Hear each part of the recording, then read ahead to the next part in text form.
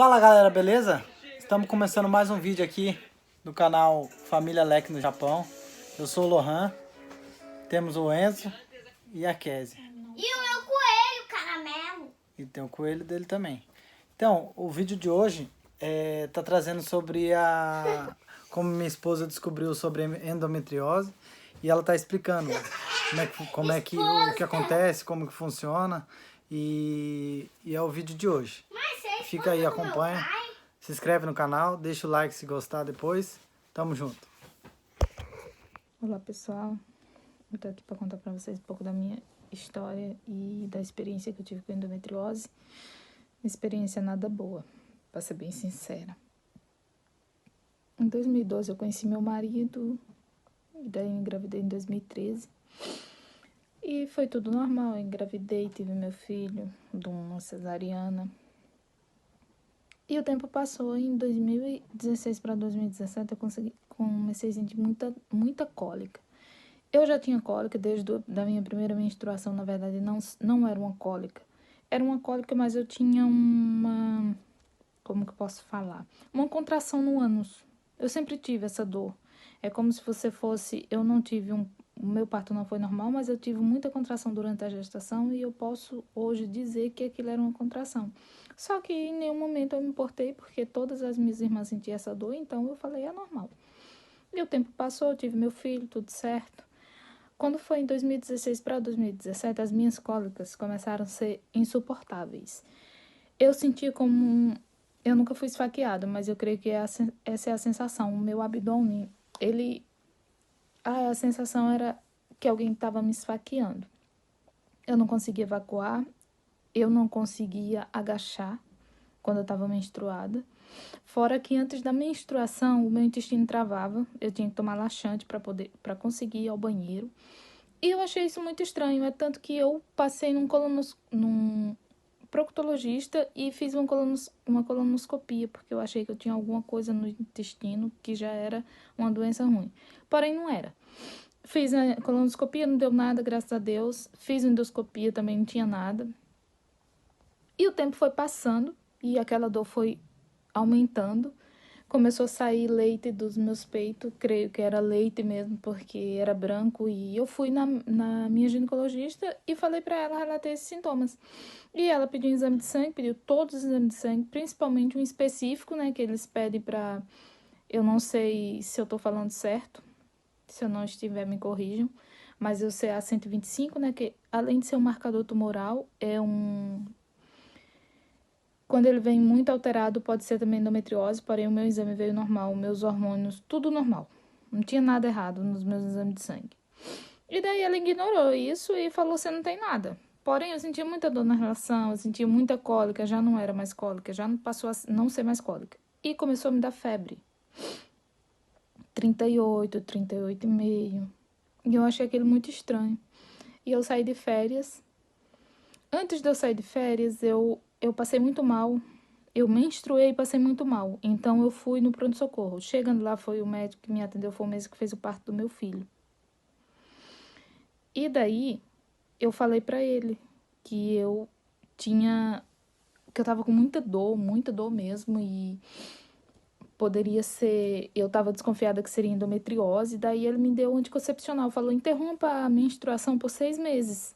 Aí, tudo bem. Eu comecei a tomar anticoncepcional. E daí eu fui para São Paulo. Quando eu cheguei em São Paulo, na casa da minha irmã, eu senti uma dor muito forte no abdômen, eu não conseguia respirar. Era como se estivesse correndo um líquido no meu abdômen. Essa era a sensação que eu sentia. E daí, eu marquei imediatamente o médico, a doutora. Falei que eu queria passar, né, com urgência. E daí, a secretária marcou e eu fui. Quando cheguei lá, eu relatei isso aí para ela. E ela me pediu um ultrassom de abdômen total. Nesse ultrassom de abdômen total, foi detectado um cisto no meu ovário direito. E esse cisto, ela falou que estava mais ou menos do tamanho de um limão. E eu quis saber qual tipo de cisto que era, né? E ela falou que não sabia. Aí eu falei que eu estava tomando anticoncepcional, porque eu passei muito mal, não sei o que. Ela falou, continua tomando. Só que eu já tinha marcado a minha viagem para cá. Inclusive, eu já tinha até saído do emprego quando eu passei com ela. E daí ela falou, mas eu só quero te ver daqui 6 meses. que daí a gente refaz o ultrassom. Eu falei, como assim, daqui 6 meses eu não vou estar aqui? Daí ela, infelizmente eu não posso fazer nada. Essa foi a resposta que ela me deu. Não conformada, eu procurei uma antiga ginecologista que eu passava muito boa e levei o ultrassom e falei, doutora, eu sei que eu tô com uma coisa além desse cisto. Não é normal o que eu sinto. Nunca foi. E eu queria saber, porque eu tenho uma viagem marcada para o Japão, mas eu queria saber e sabendo o que eu tenho.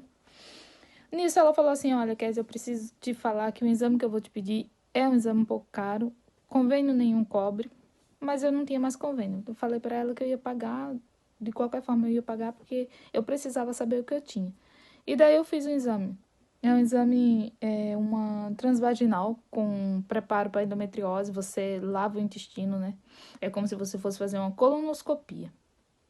E eu fiz. E lá na hora, na sala, a médica falou, a moça que estava fazendo, né, o exame falou assim, nossa, esse cisto seu tá um pouco grande, né?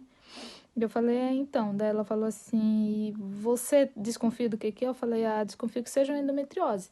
Aí ela falou, endometriose profunda, sua endometriose está profunda, seu útero está colado no intestino, seus ovários estão colados no útero devido às aderências da endometriose, e esse cisto é um endometrioma.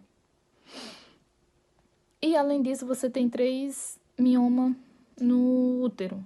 Quando ela falou isso, eu desabei. Eu falei, gente, como assim? O que tá acontecendo? Esse monte de coisa de uma vez? O que eu faço?